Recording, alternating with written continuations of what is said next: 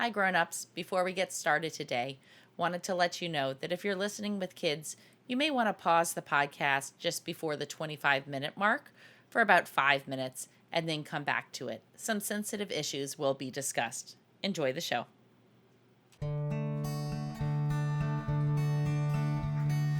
Love your neighbor, change the world. Welcome to the little podcast of good news. We're your hosts, Lauren And Grace, and we're here to bring you everyday ideas for learning about and living out the way of Jesus in your family. So, Grace, Yeah. you know how fall brings about St. Francis Day, Blessing of the Pets, and then All Saints Day? How do we know who the saints are, and how can we celebrate them in our home? That's such a good question, because saints, right? People hear about saints all the time, and we don't mean our New Orleans football saints. Although you do hear about them, too. We hear a lot about them, and oh, this is loose. Hold on. Okay, sorry, my microphone was falling apart. Okay, but yeah, especially I don't know what tradition everybody else who's listening is coming from, but coming from a Roman Catholic position and coming into the Episcopal Church, it's helpful to understand what the Episcopal definition of saints are. And I know some other churches have some other definitions as well. So I got this from the Episcopal Church's website.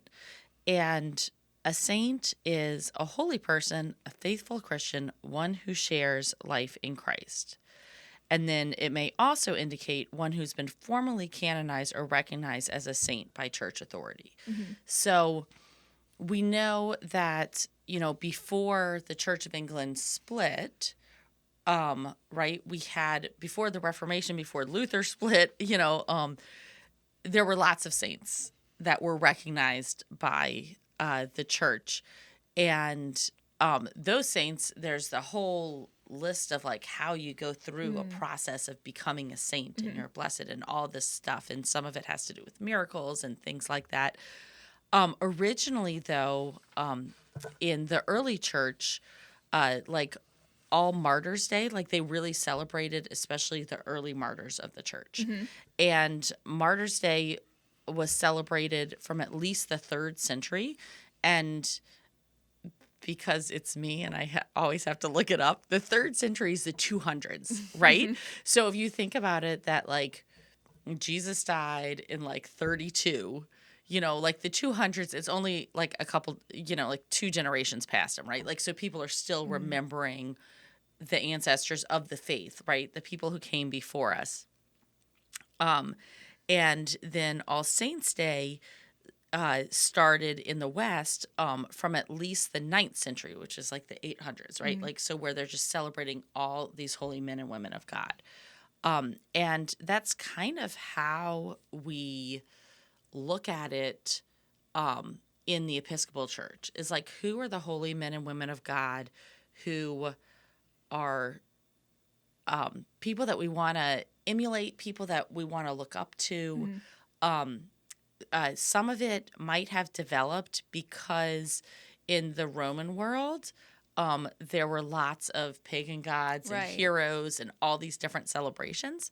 And so some of it might have come about because, here, we're going to have some celebrations too, right? We always like to do that wherever you're in a culture and you don't know, what's going on. It's like, okay, let's relate this to us. How can we turn this into something for us?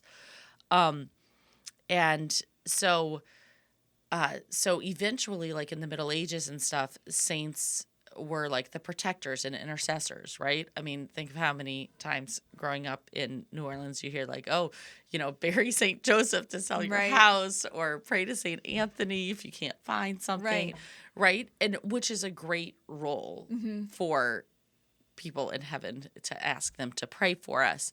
But I think in the Episcopal Church, we really try to go, okay, who is it that we want to look up to and we want to be like? I don't fully know what the Lutherans' stance on everything is. What I have here is from like Luther in the early days, he really restricted. It was like, okay, this is getting out of control, right? Because a lot of times you get those myths mixed in, and I mean, St. George and the dragon, like some things you're just kind of like, okay. So in the Lutheran churches, in the early days at least, they really restricted the holy days to Feast of the Lord, Days of the Apostles and Evangelists, St. Stephen, Holy Innocents, John the Baptist, St. Michael the Archangels, and All Saints. And so our Book of Common Prayer started with that. Oh, that's interesting. So, and then over time, they kind of added some other ones who, page 15 to 33 in your Book of Common Prayer, includes names of saints and others whose lives are commemorated with feast days. And now there's even more expanded. There's a whole book of lesser fasts and feasts that you can celebrate. And then, so here are the rules within the Episcopal Church for someone to officially be an Episcopal saint, even though we do celebrate, if your grandmother was a great woman of prayer, then she's someone that we can call a saint. But within the church, to get into that book of lesser fasts and feasts, it's added to the calendar with the approval of 2 general conventions. Oh, okay. So it just has to be proposed at one, and then I guess it's, voted on, and then it has to be voted on again That's really at another interesting. general convention. So I learned a little something Yeah. with that. So with that, I mean, some of the saints that we recognize, like Bach. Bach is a saint. Ah, that's interesting. Because all of his music he wrote like for the glory of God. Like that's why he didn't even sign his name to it. He would write whatever those initials are that meant like for the glory of God. Wow. All the church music and stuff.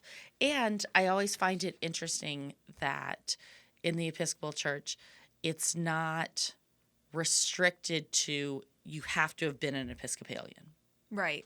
Because I don't know about you, but like I have so many stories from growing up, and now I'm just talking. I'm gonna let you talk in a second. but I remember reading the story of Corrie Ten Boom. Yeah. You remember her story? Holocaust, and she had like that miracle of the ointment or the antibiotic, whatever it was, some kind of medicine that just kept refilling, and this great woman of faith. And I remember asking my parents, like, why isn't she a saint? Like, I mean, like I think she was probably still alive at that point in time, but like, why aren't we venerating her? Like, why aren't we going, oh my gosh? And they said, well, she's not Catholic. And so I think that that's one beautiful thing about the Episcopal Church is that we're not limiting it, right? Like, because the Episcopal Church does say, like, hey, once again, like, we've got a way to God, but we don't have the only way, like, let's celebrate this. So it's cool to see, in Jennifer Gamber and Timothy Siemens' Common Prayer for Children and Families, they have different saints. They have Oscar Romero, who is Catholic. They have some Episcopalians, Julian of Norwich, Polly Murray, Martin Luther King Jr. Of Atlanta. So they have some cool. They have people from the Bible, but I just love that. Hey, we're not limiting who we're looking at. We're saying who are these people that we really want to emulate. Right. And so there's so many of them out there that we can emulate. Yeah, it's hard to talk about saints in the Episcopal Church and not start singing I Sing a Song of the Saints of God in your head, right? Which I know is a polarizing song. We will get comments about how much people love it and how much people are like, if I could ban one hymn. So yes, we know it's polarizing. I, of course, am in the camp where I love it. But it ends with the saints of God are just folk like me and I mean to be one too, right? That the whole song is about the way that you live your life and that you meet them all over the place, right? In shops or at tea. And that we can consider people of faith as having lived these saintly lives that we then want to emulate. And so I think that was kind of how we came up with the idea for this topic, was that we're looking at the calendar. St. Francis Day is coming up, which that's one of the saints that everybody's kind of heard of, familiar with in some way. There's actually some sort of celebration, right? So many places do the blessing of the pets, which for our listeners who may not know about blessing of the pets, could you tell us a little bit about that tradition? Sure. So I I did not look up. We don't need the whole like, history, but just for okay, 'cause people I'm who need like I have no idea. No, I mean, just St. the quick. Francis was all about like rebuilding the church, and I mean, I guess he was gentle, and so therefore people associate him with the animals. I mean, I think of more of honestly like Saint Rose of Lima with animals because she like would go outside and play in the garden and she'd play with bees and stuff and wouldn't get stung, and she was little and she came in and she would like and her mom would be like, "How are you not stung?" She's like, "I worked out a deal." Oh my you know? goodness. Or St. Martin de Porres with his like rats and he like worked out a deal with them. Like, look, you guys eat there and don't bother us. These kind of things. But St. Francis has become associated with pets. So I know a lot of times churches like on Saturday or maybe like one day at school or something will encourage families like bring your pets, if you don't have like indoor cats who would freak out if you tried to bring them outside, lots of times dogs, turtles, things like that. Yeah, we get always have brought. snakes at ours, hamsters. We are fish tank people. We are a people of the aquarium, and we always add a few fish to the aquarium on the day that we know they're doing blessing of the pets, because the easiest way to get your fish blessed is to go get them at Petco. They're in the bag. You stop at the pet blessing and get your fish blessed. Oh, it's sweet. And I then was you going put to 'em in say, the how on earth would aquarium. you get your fish blessed? It's challenging if you don't. So yes, our fish are only newly blessed as they make their journey home to our house. But we always add some fish to the tank when it's the blessing of the pets, because it's easy to stop and get some and get them blessed. And it's nice. I think it's one of the ways that the community really sees the church, because your chances are, maybe this is how you do it, but chances are you are not blessing the pets inside your sanctuary. Probably not. You're probably outside doing it. I know a lot of priests will go, if their church has some sort of yard, it'll be out there. If not, there are priests in Uptown New Orleans who will go to a playground area that's nice. or even Yeah. a dog park.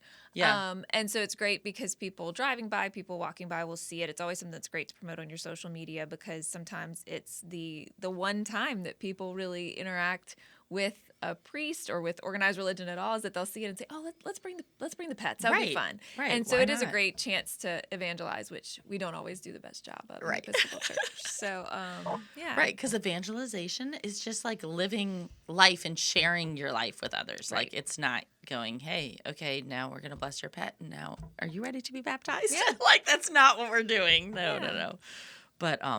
But yeah, so St. Francis, the blessing of the pets, St. Francis's feast day is October 4th, I believe. I know that because one of my kids was born on that day. Oh. And then All Saints Day. All Saints Day is like a huge one Yeah. in the Episcopal Church, which is kind of interesting. Do you know the history of that one? I know it's No, I'm putting you on the associated spot. with Halloween and All Hallows Eve, and all these things sort of mesh together, and now we have a new commercialized secular version of it. But I would love to hear more about it. How it was supposed to be back in the day. Well, I don't know how it was supposed to be, like, but I do know, right? Like, All Saints Day, like, are there 4 days or 3 days that like are typical, 4 days maybe throughout the year for like baptisms and stuff Yeah. within the church. Now, granted, like a lot of times, like, okay, when the bishop comes to visit, like Sure, yeah. you do confirmations and baptisms and, special things like that.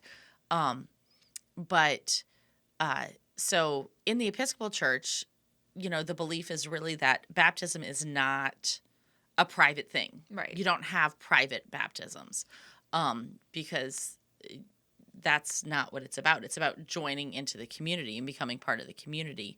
And so there are some of these big feast days, which makes sense, right? So there's the Feast of the Baptism of Jesus.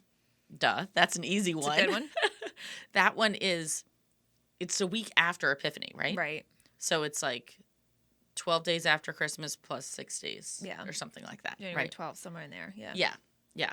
So, and then, the Easter Vigil, right? Do people do that? Yeah. That's a big one. They come into the church at the Easter Vigil. Okay. And then Pentecost, because the Holy Spirit and all of that, that's a great day. Right. And then the other day is All Saints Day. Yeah. which is kind of cool. It's kind of cool. Because we don't often think about that. I mean, it also kind of like fills in a gap, but even then it doesn't really, because it's kind of like still closer to winter. Like we still have this big gap in the summertime. But yeah, with All Saints Day and celebrating the lives of the saints, and really trying to make that celebration a big thing. And so a couple of years ago when I realized this and I was doing youth ministry at our church, I decided like, okay, I was going to help the kids and we were going to build up to All Saints Day so that All Saints Day could be this big feast. And yeah, I mean, sometimes churches will do like, oh, dress up like your favorite saint and things like that. But I think we had started with, I don't even remember which scriptures we started with, but each week we built bricks like, oh, because we had the cornerstone. So there was a reading about the cornerstone, right? Oh, Jesus yeah. is our Okay. cornerstone. And so that was kind of like at the end of September, I think. And so I used that reading to kind of start it off. Like, okay, so here's our like wall of faith. Here's like our foundation. So we had Jesus. And then over the next several weeks, the kids and I kept talking about different saints. I would have them look up saints. They would go home and ask. You know, a lot of times people are named after saints, right? Like, and maybe they weren't named after some officially recognized saint, but you know, if you're named after your grandmother, there's a reason you're named after your grandmother, right? So, you know, like, so we would pull those names in and things like that, and talk about what all the saints did. And then we invited the whole congregation to do it. And so then we had this really good, like, here's, like, on All Saints Day, we kind of had a saint celebration and games and stuff. But then we had this beautiful, like, big paper, you know, butcher paper thing with all these bricks that people had written different names of saints with Jesus as the cornerstone, right? But like here's our wall, like here's our foundation, here's our firm foundation. And so it's always fun when you can think of ways to, okay, let's pull the saints in. Something fun to do with your little circle of good news, Grace. That's true. Yeah. That is a great thing to do with your little circle of good news. Yeah. I'd be happy to hook y'all up with all kinds of saint information. Yeah. Yeah. How do you like to celebrate the saints? So we do a lot with the saints at our house. I got this idea from someone's blog a decade ago. You know, there was this woman who had a blog, and she would always make a big deal out of the saints' feast days at her house because she wanted to have more religious celebrations just kind of spread throughout the year than, you know, just sort of the big ones that are on the calendar. And so she started incorporating things, and she was coming up with these fun ideas about costumes and certain foods, and you know, and so one of my favorite things to do is sort of have a party, have a theme. You know, I love this kind of thing. And so we started doing our family saints days, and so any saint that's part of your name, and then my name doesn't have a saint's name in it, and so I got to choose my saint, and so she's Joan of Arc. And so I use each of our family's saints' names, and so we know that date, and we kind of celebrate the actual saint, but then we also try to celebrate the person whose name is, you know, with that saint, and we'll talk about why, you know, that name was important to us, why that saint was important to us, that kind of thing. And so we'll do that on the day that that is my husband's saint's day, and then both of our kids, and then Joan of Arc. And then we also just put in saints that you hear about all the time, but again, things that have gotten sort of commercialized much more in the secular world. So like Saint Valentine and Saint Patrick and Saint Nicholas. And so on those days, and it never happens on the actual day, it's always kind of near that because there are so many other celebrations. Valentine's Day in New Orleans is almost not a thing because of Mardi Gras. So I know sometimes, like even at school, it's like, oh shoot, was it Valentine's Day? Oh, we kind of missed that one. Yeah. I think 2021, the year that we did not have parades, I think that was like the biggest year Valentine's Day ever got in New Orleans, because it was like, okay, we can't have parades. It's still Carnival. It's still the season. But Valentine's Day, you might actually get some airtime here in this situation.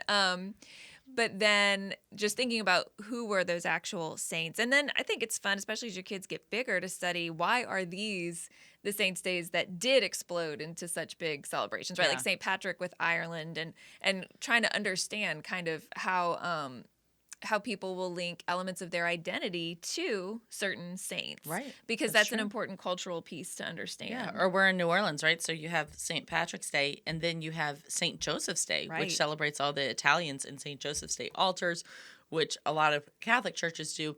They used to be in people's homes. Do you remember Yeah. that?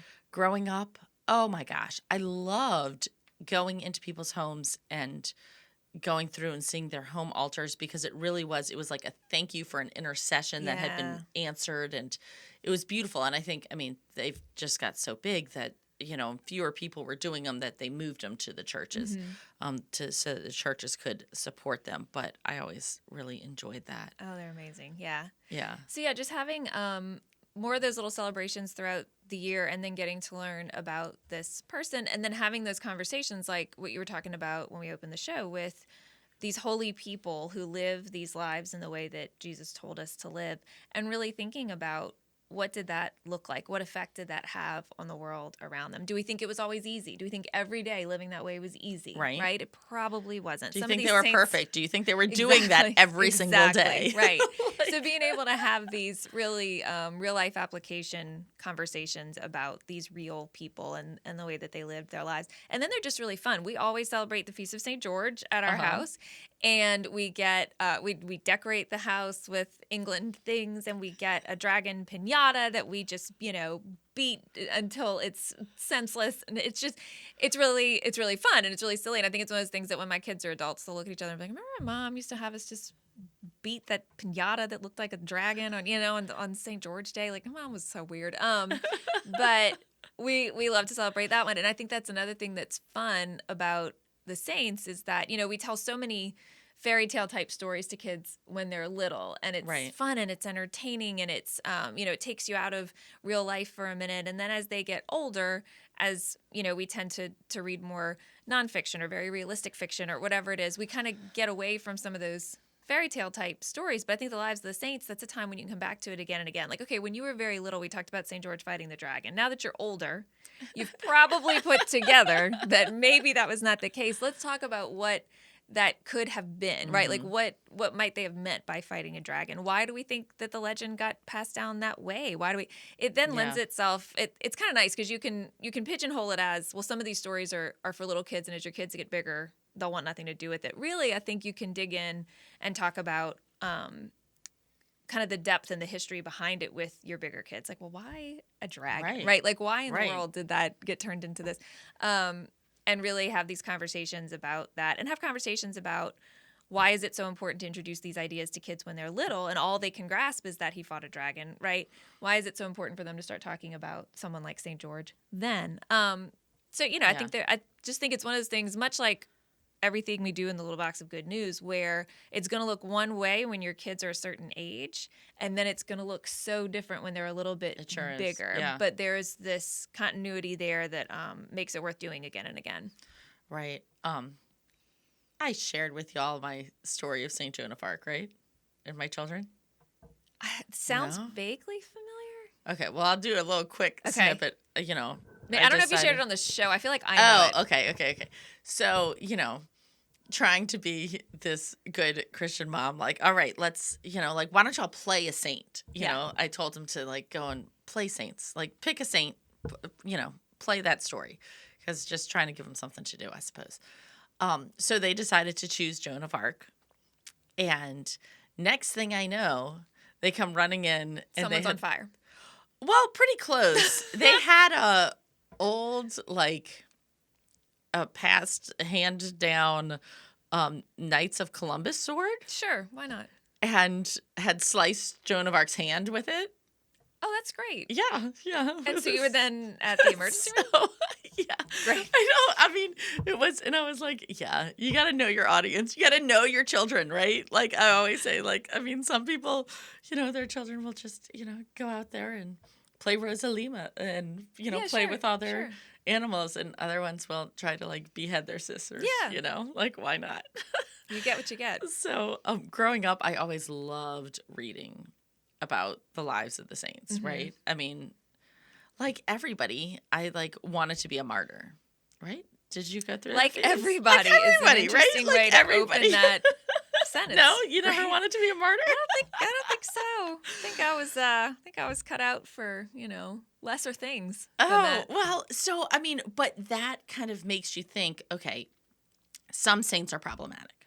True. And maybe it's not that the saints are problematic, but the way that they've been told or Sure. how they've been venerated or the reason they're lifted up as like, ooh, you want to be like this person, right? I mean, there were a lot of, especially girl saints, because I really didn't care about the boy saints. Yeah, no, who does? So I don't know much about the boy saints, sorry. But the girl saints, a lot of them died because they gave up their lives for a fate worse than death, Oh, yeah. That's rough. which Which sounded appealing to you as a young person. well, that's apparently what you were supposed to do, right? Like, like heaven no. forbid, like, and then a lot of it wasn't even stuff that, I think of like dear Saint Maria Goretti, who is fabulous and beautiful and wonderful. But, don't get screwed up because, she wouldn't, let this guy rape her. And so he murdered her instead, like, I mean, like, and then it was all about how, well, she forgave him and she was praying for him and said, no, you don't want to go to hell. Don't do this, like Right. the whole time. And it's like, okay, wait, we need to talk about these things in the right way. Right. We don't need little kids thinking, oh, I need to grow up and, become a martyr because that's what's really matters and stuff. It's like, Yeah, you don't always know the message somebody's going to receive Right. from something. And so you want to have those continued conversations and maybe, be really selective in which saints you want to bring into your home, especially when your kids are certain ages. and which books yeah, of saints. how is the story I mean, told? that's Definitely. that's a big thing, Yeah. right? How is the story told? I mean, y'all, I probably already said, like, St. Catherine of Siena is one of my favorite saints in the entire world. I have so many stories about her, but she was one of these holy anorexics. That's, Like, yeah. there was this whole, like, okay, fasting, like, until it, like, really was not good for you, Right. and she would get mad at her mom for, like, Making her for making her eat and stuff when she was a kid. But it was like, oh my gosh, you can't just fast Right. forever. Like, that doesn't work. And a lot of those, like, middle age traditions and stuff, I mean, I think that's what the Reformation, some of what the Reformation was fighting against, I'm sure, and going, no, guys, this is who we're going to venerate. This is who's going to be in our prayer book. Like, stop. This is getting crazy. Because, everybody would wear those hair shirts. Like, they would braid right. hair shirts. Like, like, oh my goodness. And just like, okay, let's have like penance all the time. And so if you're raising kids on reading those books of like, oh, this is what's holy. Oh, this is what's holy. Okay, asceticism is holy. So let me separate myself from the world and let me, just like practice penance all day long. Like, okay, no, let's focus on like change makers. Let's focus on Yeah. those saints. Yes, prayer is awesome and everything, but even Saint Mother Teresa said, I used to think that prayer changed things. Then I learned that prayer changes us and we change things. Right? So you have to be going out and doing things. And in our Peace Box, which will be coming out in January, Yeah, right around the corner. we have some exciting saints. So we have Desmond Tutu, about forgiveness. We have Ruby Bridges, about bravery. I bet Miss Ruby Bridges doesn't realize that we're talking about her being a saint. Yeah, you are can a we- saint. You can are we still tag her? alive. Can Oh we my tag gosh, her we're somehow? totally gonna tag her. Okay, let's do that. Ruby Bridges, we are honoring you as a saint. Yes, and if you'll get in touch with us, we will send you a box too. We would love to send you a box. Yes. Fred Rogers. Of course, yes. Kindness. Thich Nhat Hanh, Did I say that right? You did. I'm so Okay, proud good. of you. Yes. Good. Who's a Buddhist monk, about stillness, Jonathan Daniels. He was a seminarian in the Episcopal Church, and he was arrested and killed when he stepped in front of a gun to save Ruby Sales. And so, so even more of these people, right? Oscar Romero. And Francis Joseph Godet. Yeah. Our very own. We like to call her our own saint. She's, because she's from New Orleans. Yes. And she's been venerated, like, she's officially in the book. Yep. Is she officially in the book as a saint? Like, did she go through 2 general conventions? She's definitely Blessed Francis Joseph Godet. Oh, that's official. Yeah. But yeah, we need to At the last update ourselves one, on that was it? information. Yeah, I want to say that she's a saint now or something, Okay. or people just call her a saint. I mean, because, right, once again, like, Your definition we of call saint, people right. saints. Well, and her, if you ever want to take a pilgrimage, you would come to New Orleans You to would do totally. that historic St. Yes. Luke's in New Orleans. You would be able to really dig deep and spend some time contemplating her life and the problems she saw in New Orleans and the ways that she felt people should be addressing those problems. There's a lot of inspiration there. So if she is new to you, definitely do a Google deep dive and Yes. make a pilgrimage to historic St. Luke's. Yeah, we'll tag historic St. Luke's Yes. too, so that way y'all can see, our local person. Mm-hmm. But there's lots of local people, right? Like, I mean, there's people like in your life and Right. things like that who are saints, and who do that. So those particular ones that I just read, like those are modern day saints of peace, and so that's why we're talking about them. Yeah, they're in the peace box. Right. That's I mean, I'm sure St. Peter's also like, a saint of peace, but He's a good guy. He's around. well, I mean, he was the one who said like, oh wait, no, you don't have to become a Jewish person first before you become a Christian, which was a big thing, right? So there was like a big piece of making peace in the early church. Yeah. So it's always good to like look and research and find out more, especially as the kids get older. But yeah, start with like your names, right? What else did you say? Your family names. If you don't have a saint. Yeah, you choose one who appeals to you, you connect with for whatever reason it is. Look based on where you live. Maybe it's Francis Joseph Godet because you're in New Orleans. Maybe maybe your family has generations of fishermen, and so it's St. Andrew, right? Like, Right. see what saints really matter to you and to your family, or just look up what day it is. Let's go see whose Saint's Day is today, if you're looking for a place to start. But you can start to kind of integrate that into your family life in whatever ways, make the most sense to you. You can take it and run with it. And, if it's a saint who is from Italy, maybe you have spaghetti that night while you're talking about that saint. You can absolutely take it and have a great time with it if you so choose. Or it can just be what you talk about on the way home from school, on the way to soccer, whatever it is. Right. Yeah. And some things they already have traditions, right? Like St. Nicholas Day, we always put our shoes out, like things like that. And then you learn that history and stuff. I mean, or also, like y'all celebrate St. George because you attend St. George, I'm presuming, right? So look at your church community. And if y'all are not celebrating your feast day, then that's something that you should definitely say, hey, why aren't we having a party for this feast day? Yeah. And don't forget, if your church is something like, the Holy Spirit or whatever, then your feast day is Pentecost, right? Sometimes people think, well, if we're not named after a saint, then what do we? You've still got a feast day. It may, you just have to think it through another minute, but you still got a feast day and you can have so much fun with it. If you go to a church with Holy Spirit in the name, everybody wear red on Pentecost. Yes. The chapel at Tulane is the chapel of the Holy Spirit. And, Pentecost most of the time falls at a great time to boil crawfish, which is great because they're cooked in fire and then they're red. Oh, that's and so perfect. it's such a perfect celebration of their feast day. So talk to your church community too about how could we get into this. And then another little circle of good news idea. Sit down with your little circle and talk about, does your family have favorite saints? Or any of your names match up with saints' names? That could be another great little circle activity to do in community. And if you like to host people, I mean, I find that's the only way that my house gets clean. We all know this.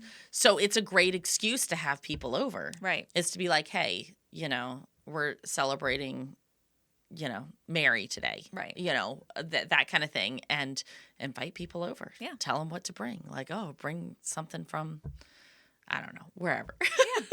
Wherever. So, Lauren, you know how fall brings about all these saint celebrations? Yeah. So, how do we know who the saints are? And what's the good news? Can we celebrate them in our homes? Good news. If we're thinking about it from the Episcopal perspective, saints are all around us and always have been. And we can absolutely celebrate them in our homes to whatever scale feels right for us at that time.